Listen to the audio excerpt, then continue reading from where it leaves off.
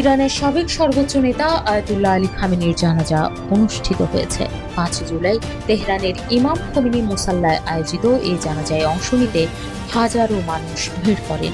4 মাসেরও বেশি সময় Ayatollah Ali খামেনির মৃত্যু হয়েছিল গত 28শে ফেব্রুয়ারি, আর তার অবিকৃত দেহ সমাহিত হবে 9 জুলাই, মানে 132 দিন। আসসালামু আলাইকুম ভিউয়ার্স, দেশ ও দেশের বাহির থেকে যারা আমার ভিডিওটি প্লে করেছেন জানাচ্ছি আন্তরিক শুভেচ্ছা ও অভিনন্দন। আশা করি সবাই ভালো আছেন, সুস্থ আছেন, আলহামদুলিল্লাহ। তো ভিউয়ার্স, ইরানের সর্বোচ্চ নেতা আয়াতুল্লাহ আল খামেনির জানাজা আগামী 6 জুলাইয়ের মধ্যে অনুষ্ঠিত হবে। তার প্রথম জানাজা আজ অনুষ্ঠিত হয় এবং সেই মঞ্চ থেকেই ইসরায়েল ও আমেরিকাকে আয়াতুল্লাহ খামেনি হত্যার প্রতিশোধের শেষ কঠোর বার্তা প্রদান করেছেন বর্তমান আইআরজিসির প্রধান। দর্শক, এই মুহূর্তে আমরা জানবো যে আয়াতুল্লাহ খামেনির জানাজাকে কেন্দ্র করে নতুন কি আক্রমণের তথা প্রতিশোধের দিকে এগোচ্ছে ইরানের সরকার এই মুহূর্তে, যার কারণে আমেরিকা ও ইসরায়েলের উপরে বড় ধরনের ভয়াবহ কিন্তু দুর্দশা নেমে আসবে অতি বিলম্বে। দর্শক, এই মুহূর্তে আমরা আয়াতুল্লাহ খামেনির জানাজা থেকে আগামী যুদ্ধ সম্পর্কিত কি বার্তা প্রদান করলেন ইরান, বিস্তারিত আপডেটটি জানবো রিপোর্টে। সো ভিডিওতে যাওয়ার আগে ছোট রিকোয়েস্ট করবো, যারা চ্যানেলটি সাবস্ক্রাইব করেননি সকল আপডেট সবার আগে জানতে অবশ্যই চ্যানেলটি সাবস্ক্রাইব করে পাশে রাখবেন। দর্শক, আসুন স্ক্রিনে। ইরানের সাবেক সর্বোচ্চ নেতা আয়াতুল্লাহ আলী খামেনির জানাজা অনুষ্ঠিত হয়েছে। 5 জুলাই তেহরানের ইমাম খোমেনি মুসাল্লায় আয়োজিত এই জানাজায় অংশ নিতে হাজারো মানুষ ভিড় করেন। মূলত জানাজা শুরুর কয়েক ঘন্টা আগেই মুসাল্লার প্রধান প্রাঙ্গণ কানায় কানায় পূর্ণ হয়ে যায়। আগামী কয়েকদিনে ইরান ও ইরাকের বিভিন্ন শহরে তার শেষ বিদায়ের আনুষ্ঠানিকতা অনুষ্ঠিত হবে। ইরানের রাষ্ট্রায়ত্ত সংবাদ মাধ্যম প্রেস টিভির তথ্য মতে, খামেনির জানাজার নামাজে তেহরানে হাজারো শোকাহত মানুষ অংশগ্রহণ করেন। এ জানাজার নামাজে ইমামতি করেন আয়াতুল্লাহ জাফর সোবহানি। বাংলাদেশের বিরোধী দলের সামনে পাঠ করা হয় সূরা আল ইমরানের 169 নম্বর আয়াত, যার অর্থ, আর যারা আল্লাহর পথে নিহত হয়েছে তাদের কখনো মৃত মনে করো না, বরং তারা তাদের রবের কাছে জীবিত এবং তারা রিজিক প্রাপ্ত। এর মাধ্যমে খামেনির মৃত্যুকে শাহাদাতের দৃষ্টিকোণ থেকে উপস্থাপনের চেষ্টা করেছে ইরান। পাকিস্তানের প্রতিনিধি দলের সামনে তিলাওয়াত করা হয় সূরা আল ইসরার 80 নম্বর আয়াত, যার অর্থ, হে আমার রব, আমাকে সত্যতার সঙ্গে প্রবেশ করান এবং সত্যতার সঙ্গে বের করুন, আর আপনার পক্ষ থেকে আমাকে দান করুন সহায়ক ক্ষমতা। পর্যবেক্ষকদের মতে এটি ছিল ইসলামাবাদের সঙ্গে সহযোগিতা ও আস্থার প্রতীকী বার্তা। অন্যদিকে আফগানিস্তানের তালেবান সরকারের প্রতিনিধিদের সামনে পাঠ করা হয় সূরা আল ফাতের 1 ও 2 নম্বর আয়াত, যেখানে আল্লাহ বলেন, নিশ্চয়ই আমি আপনাকে দিয়েছি এক সুস্পষ্ট বিজয়। বিশ্লেষকদের মতে এর মাধ্যমে যুক্তরাষ্ট্রের বিরুদ্ধে তালিবানদের জয় বুঝিয়েছে ইরান। তবে সবচেয়ে বেশি আলোচনায় আসে সৌদি আরবের প্রতিনিধি দলের সামনে তিলাওয়াত করা সূরা আল ইমরানের 13 নম্বর আয়াত, যেখানে বদরের যুদ্ধের প্রসঙ্গে আল্লাহ বলেন, একদল আল্লাহর পথে যুদ্ধ করেছিল এবং অপর দল ছিল কাফির। এই আয়াতের মাধ্যমে সৌদি আরবকে কঠোর বার্তা দেয় ইরান। বিশ্লেষকদের মতে এই আয়াতের মাধ্যমে বোঝানো হয়েছে, ইরান যখন ইসরায়েল ও যুক্তরাষ্ট্রের সাথে যুদ্ধ করছিল তখন মুসলিম দেশ হিসেবে ইরানের পাশে না থেকে সৌদির অবস্থান ছিল যুক্তরাষ্ট্রের সাথেই। পর্যবেক্ষকদের মতে খামেনির জানাজা ছিল শুধু শোকের অনুষ্ঠান নয়, এটি ছিল কোরআনের আয়াতের মাধ্যমে পরিচালিত এক ব্যতিক্রমী কূটনৈতিক বার্তা, ঐক্য, শাহাদাত, প্রতিরোধ, বিজয় ও সতর্ক বার্তা। সব মিলিয়ে তেহরান জানিয়ে দিয়েছে, নেতৃত্ব বদলালেও তাদের আঞ্চলিক নীতি ও রাজনৈতিক অবস্থান বদলাবে না। 4 মাসেরও বেশি সময় আয়াতুল্লাহ আলী খামেনির মৃত্যু হয়েছিল গত 28শে ফেব্রুয়ারি, আর তার অবিকৃত দেহ সমাহিত হবে 9 জুলাই, মানে 132 দিন। কিভাবে তাদের সর্বোচ্চ ধর্মীয় নেতার মরদেহ সম্পূর্ণ অবিকৃত, পচনমুক্ত এবং স্বাভাবিক রাখলেন ইরানিরা? এর আগে লেনিন এবং মাও সেতুংয়ের মরদেহ তাদের দেশের মিউজিয়ামে রাখা আছে, মানুষ তা গিয়ে দেখেন। কিন্তু আয়াতুল্লাহ আলী খামেনির মৃত্যুর সঙ্গে তাদের নির্বিঘ্নে মৃত্যুর কোনো তুলনাই চলে না। তুলনা চলে না কমিউনিস্ট সোভিয়েত ইউনিয়ন বা চীনের সঙ্গে, ধর্মীয় রাষ্ট্র ইরানেরও। তুলনা আরও অনেক কিছুই চলে না। ঘাড়ের উপর আমেরিকার দাদাগিরি এবং নিষেধাজ্ঞা নিয়ে বিজ্ঞানের এমন অপূর্ব অগ্রগতি দিয়ে সত্যি বিশ্বকে কি চমকে দিল ইরান? তা সেই দেহ সংরক্ষণই হোক বা কম খরচে স্বদেশি মিসাইল তৈরি হোক বা তাদের পরমাণু গবেষণা, ইসলামের সাধারণ নিয়মের অনেকটা বাইরে গিয়ে 4 মাস পরে তেসরা জুলাই থেকে শুরু হতে যাচ্ছে তার সপ্তাহব্যাপী রাষ্ট্রীয় অন্ত্যেষ্টিক্রিয়া। এর আগের এপিসোডে এই অনুষ্ঠানের কূটনৈতিক এবং জিওপলিটিক্সের নানা বিষয় বিশ্লেষণ করেছি।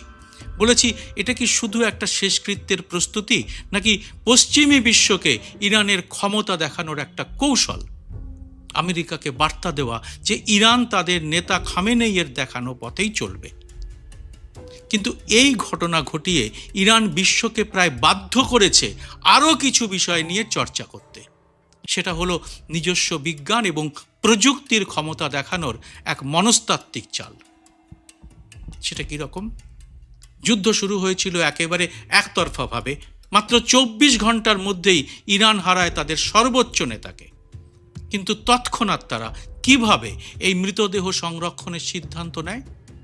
কতটা মানসিক শক্তি এবং নিজেদের বিজ্ঞানের উপর আস্থা থাকলে সর্বোচ্চ নেতার সম্মান রক্ষার দায় তারা ঠিক তখনই নিয়ে ফেলে? একেবারে বিজ্ঞানসম্মতভাবে ওই দেহ রক্ষা করতে গেলে আগে তো বিজ্ঞান সাধনার উপরও প্রবল বিশ্বাস থাকা দরকার। তাছাড়া ইরানের রেভলিউশনারি গার্ডস কিভাবে উদ্ধার করেছিল তাদের সম্মানীয় নেতার দেহ? কিভাবে, কোথায় করা হলো এই বিশাল কর্মকাণ্ড? কৌতূহল সত্যিই অনেক। আমেরিকা ইসরায়েলের অতি আধুনিক রাডার বা স্ক্যানারের নজর এড়িয়ে উদ্ধার পর্ব কি খুব সহজ ছিল?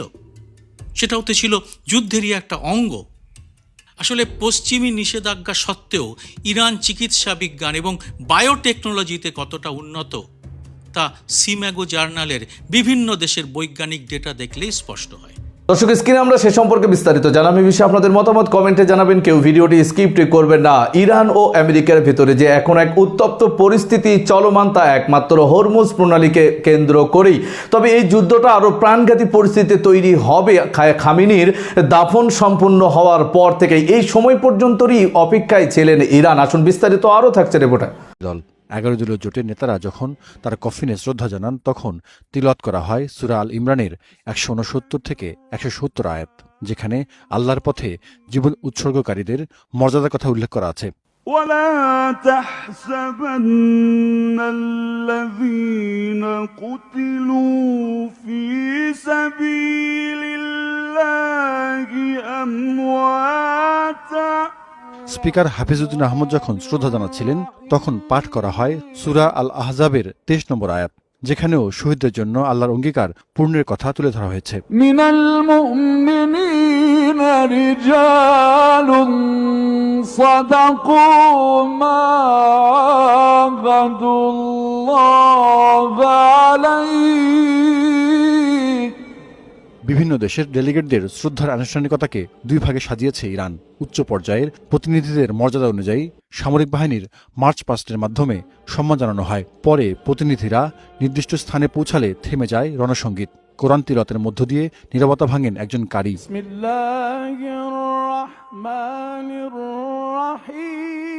মধ্যপ্রাচ্যের মার্কিন মিত্র সৌদি আরবের প্রতিনিধি দলের সময় তিলাওয়াত করা হয় সূরা আল ইমরানের 13 নম্বর আয়াত, যাতে ইসলামের জন্য গৌরবোজ্জ্বল বদর যুদ্ধের বর্ণনা রয়েছে।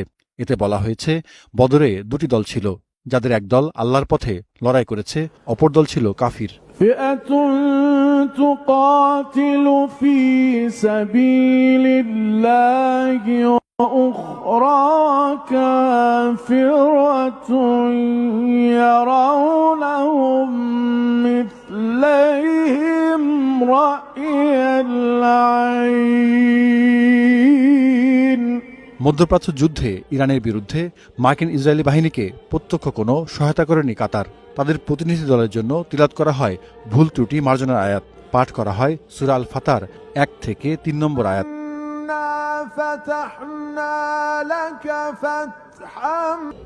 ফিলিস্তিনি প্রতিনিধি দলের সময় তুলে ধরা হয় পবিত্র আল আকসার কথা। আর হামাসের শ্রদ্ধার সময় তিলাওয়াত করা হয় সূরা আল আহজাবের 23 নম্বর আয়াত, যেখানে শহীদদের প্রতি আল্লাহর অঙ্গীকার পূর্ণ করার কথা বলা হয়েছে।